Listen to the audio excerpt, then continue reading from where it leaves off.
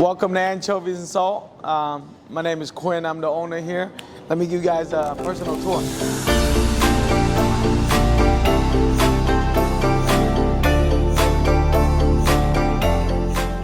What's going on, guys? Today, Quyen, the owner, gave us a breakdown of the inspiration behind Anchovies and Salt, spoiling us with a little tour. Every single room in the restaurant is named after one city. Yeah. This is Hội An. So Hội An is a UNESCO protected city. And this vibe in Hội An is so chill that I dedicated this to my dad. So the Zodiac is my dad, you know. He worked the assembly line, but in his mind, he's always trying to read books, he's always trying to learn. But he never had a chance to spread his wings, because I make sure when you come to the US, like with 9 kids, you gotta make sure that you put food on the table. So my dad was never the risk taker. Right? He's a scholar, but never the risk taker. Like Anchovies and Salt is probably one of the biggest risks that I have taken all my life. It is the biggest risk, you know? And we knew it was worth the risk to see, you know, people celebrating their 90th birthday here, you know? 50 years, Vietnamese people have been to the United States this exact year, right? April 30th is gonna be 50 years. That's right. So it's monumental for us to see how far we come as a community. We used to be like that small hole in the wall that sell $3 banh mi's and pho, right? But there's so much more to our culture to share. When they offer me this waterfront, it's like, damn, man, I have to. Like, I can't say no to this. It's the next time a Vietnamese restaurant is gonna pop up on 200 linear foot of waterfront.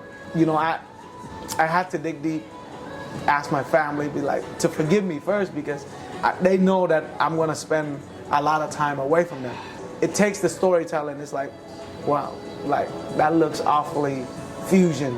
What does that mean? You know, like, we're used to seeing a lot of strip mall, hole in the wall places. That's making a living. That's buying a job. What I'm doing is I'm trying to put my whole culture on the map. To be even blessed enough to be in this real estate, it's a big win for the culture, right? Some people might not know there's a big Catholic community in Vietnam, right? Like they got a 6,000-pound Buddha there because that's our main religion in Vietnam. But it's not about religion. It's about the fact that we have the freedom of religion, right? That we have multiple religion in Vietnam, and that's just like, it's a big responsibility too. Just to be able to share a little bit of that with people is, I'm blessed with the platform to be able to do it. And you gotta make sure that you represent your culture the right way, you know. And from our food, looking at our food, you're gonna see that, like from the shrimp paste to the different fish sauce, you just know that we didn't take any shortcuts. What this means is good vibes only. You see how it's right at the front door? It's meant to take in good energy. So yeah, hey, hey, and it's cultural, you know. Nowadays you see the neon lights, right? It always say good vibes. Oh yeah, so, I know what you're talking about. This is more the traditional way of saying good vibes only. Yeah. I like that. Hey, I've been trying to put, I'm supposed to put it, but second biggest Vietnamese restaurant in the world. What happened? Huh? What happened? We don't know. So it was supposed to be a joke. We wanted Pete to start a conversation. So if somebody was to ask me who's the biggest, we're just like, well, we don't know. Oh, I see. Let's hate that way. Hey, that works. It works. Yeah. Seattle's best coffee. This sauce bar is where it's very unique for us, because, you know, when I first opened a restaurant, I was very afraid, this is a long time ago, you used to like, oh, I'm afraid to put peppers in the sauce. I'm afraid, like, you don't want to make it, you want people to season their own, because you think it's more approachable for them that way. They like it hits more palate that way, right? But here at Anchovy, every single one of this sauce is exactly the way we feel like it's supposed to be. Because from the optics of just looking at the outside, you're gonna think like, oh, you guys are like high-end fusion, right? But when you see something as humble as a shrimp paste on the menu, then you know that we're trying to reach every part of the culture.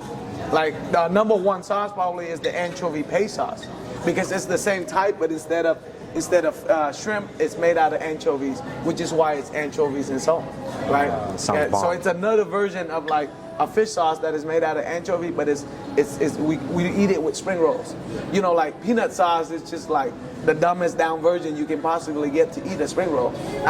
Maybe I'm using the wrong word, but that's how we usually eat a spring roll, is with, you know, anchovy paste, bro.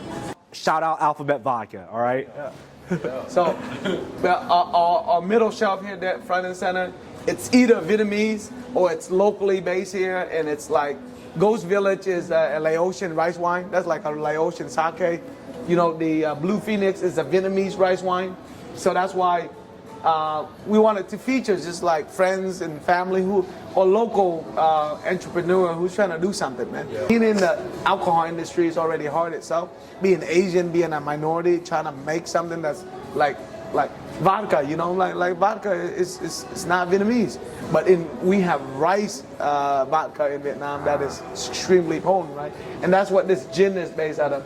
This gin, the Vietnamese gin, one of the first liqueur to make it out of Vietnam, to get exported, you know, and that's like a big milestone for us, right? We don't get that, doesn't get celebrated, but being like part of the culture where we love to drink, right? Like we're drinking cognac and we're drinking tequila, but most people don't know that we make our own. Like we have something that like, you know, from the popularity of it, you might think that I wouldn't drink that because it's too harsh or like it's not what you used to, you know. Yeah. So that's why when somebody's trying to break barrier down, kick down some doors and stuff, like, you know, it's hard for them. So it's like if I could support something like that, I mean, like, man, I think their product is amazing. On that note, like when we first started sourcing our fish sauce, it's like, man, when I saw this Vietnamese fish sauce bottle, that was very different at a restaurant in Vegas, right? Like I've never seen a fish sauce bottle on a table before. You always see soy sauce bottle on a table, but never fish sauce because it's too strong. You wouldn't think it's something that people would eat by itself kind of idea. It was called sunfish sauce. Okay. You know, and then coincidentally, one of the friends that I was meeting up with knew the owner, right? And when we started talking about food and fish sauce, I knew I had to support. It's like somebody's doing something different. It's Vietnamese made. It's pure. And I'm like, it's a no-brainer for me to support smaller business because I understand how difficult it is to go against the grain. So it's like, man, when you in the same boat, right?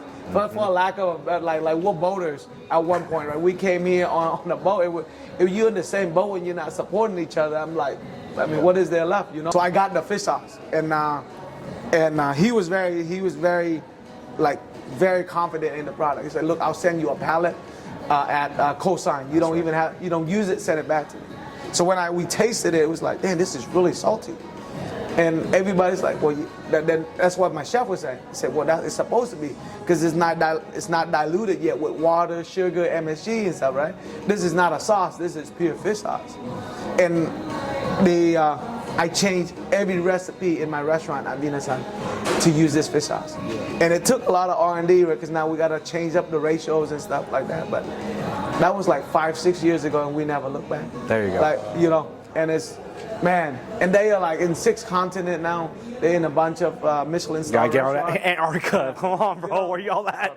7th one. Yeah, well, but the fact that when you see your peers winning, you know, like, you know what the struggle is like. So you gotta celebrate that. Yep. You know, and that's what we try to do. Like anybody who's doing something that we don't have that much clout, you know. But if I can put them on the top shelf, I'm putting them on the top shelf every time. I wanted like a special experience for this, but you know, this is my little collection. Oh, hey. Oh man. Go in there. Say we just a sneak peek of. Oh, of course you got the Heineken. Hey, bro, we started to collect some stuff up there. We just want to give people a sneak peek in here because it's we got a lot of inventory right now. Yeah, this is the Hanoi room. You know, Turtle Lake here is probably the most iconic thing there. There's a turtle that used to live in this lake and it's housed inside the temple right now.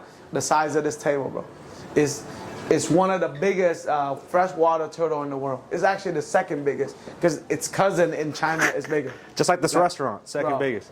No, second biggest. There's a little bit of, you know, of history. That railroad right there, you can sit on that railroad and have coffee. And when the train comes, you just hop right off. That's definitely a bucket list places for a lot of people. But my favorite city right now, that it's crazy that it's already my favorite city and I've never been to it. That's how beautiful Sapa is, bro. So Sapa is northwest Vietnam. Sapa is in northwest Vietnam. and you see the rice paddies that is grown on terraces. This is the region where we get the Mắc Khén skewers, the Mắc Khén peppercorn from. I know some of my friends are growing rice up there, so the next opportunity I get, I don't even know how they irrigate water like this. How do you grow rice on the mountainside, rainwater, does it rain enough? But it's crazy. This painting is painted by one of my uncles. In Seattle. Yeah. All the paintings are in Seattle. Yeah. He painted that out of just like cardboard boxes, bro. He made that in my basement. Oh, I see the Yeah. cardboard now. That's see it crazy. now? Yeah, that's trippy. Yeah, bro. Dang, that's actually pretty crazy, bro. This room is Halong Bay. Halong Bay is one of the 8 natural wonders of the world. Designated, it's one of the 8 natural wonders of the world, and it's designated a World Heritage Site. In this bay alone, there's 1,600 islands, bro. Yeah, Islands? That's what it looks like. Oh, I see. That's what it looks like right there. Yep. Right, and it's, bro, you can go underneath this rock. It will take you to a brand new lagoon kind of deal, bro. What? It's crazy. When the tide go down, you just go, you duck your head and the canoe takes you in. How far is it from like Saigon? This one is quite far. This is North Vietnam, so like 1,000 miles. Super So far. it's Long about walk. 2 hours from Hanoi. So if you land in Hanoi, 2-hour ride. The Descending Dragon, that's it. The Bay of the Descending Dragon. That's how I know how to interpret anyways. Yeah. I don't know what the official translation is, but this is like the national symbol of Vietnam. But this is a war drum, like a copper war drum. So during the age of like 700 BC Vietnam, so it's like the age of copper. So this drum, when you first look at it, you kind of see like, what does it remind you guys of? Mayan calendar. A Mayan calendar. Mayan, Incan, even Yes. Egyptian, right? Yeah. When I thought about it, I'm like, damn, man. Our people and the Mayans for sure is connected somehow. Because thousands of years ago, they walked across the Bering Sea to get to North America. And they walked over from Asia. And the fact that our art and their art looks almost identical is pretty crazy, right? But the one thing that it doesn't look like, it doesn't tell you that it's Chinese, right? Because when I'm growing up, I'm like, the Chinese conquered Vietnam for 1,000 years.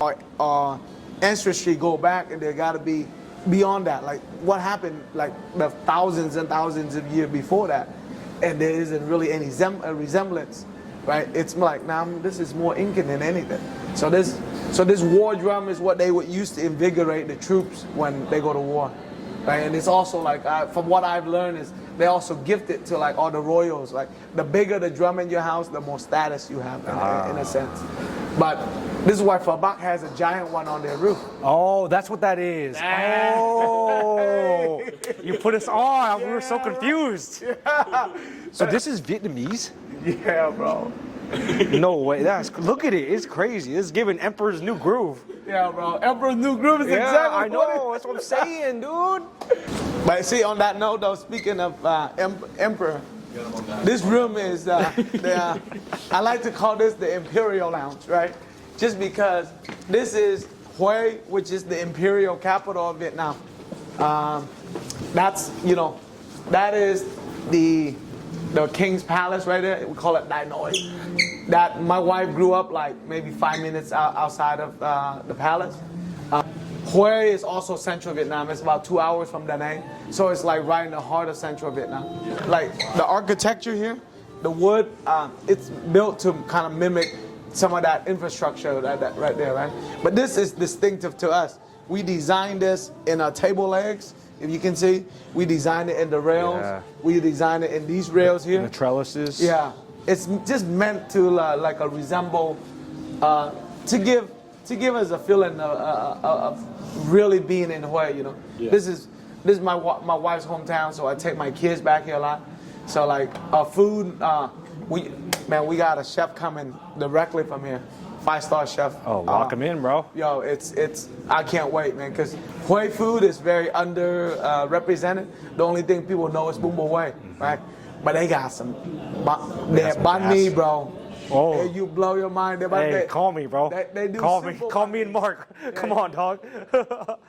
You see a lot of wood in here, you know. It's because we wanted to really represent the craftsmanship, bro.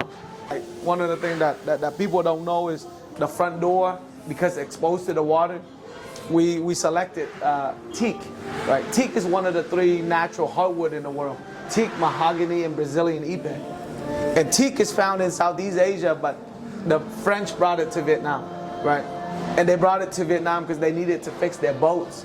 So that, you know, obviously back then everybody was traveling with boat.